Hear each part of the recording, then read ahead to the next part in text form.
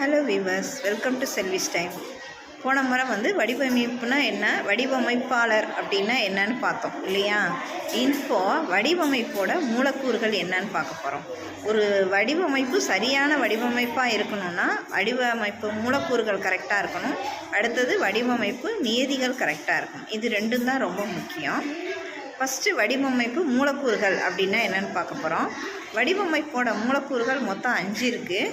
அது என்னென்னு பார்க்க போகிறோம். ஃபஸ்ட்டு கோடு, உருவம், வடிவம், நிறம், அடுத்தது புறத்தோற்றம். கோடு அப்படின்னு பார்த்திங்கன்னா லைன்ஸ், அது தெரியும். அடுத்தது வடிவம், ஷேப். அடுத்தது உருவம்னா ஃபிகர்.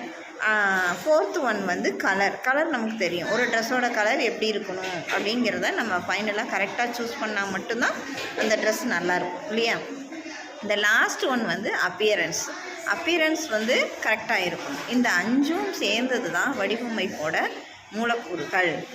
Okay, thank you.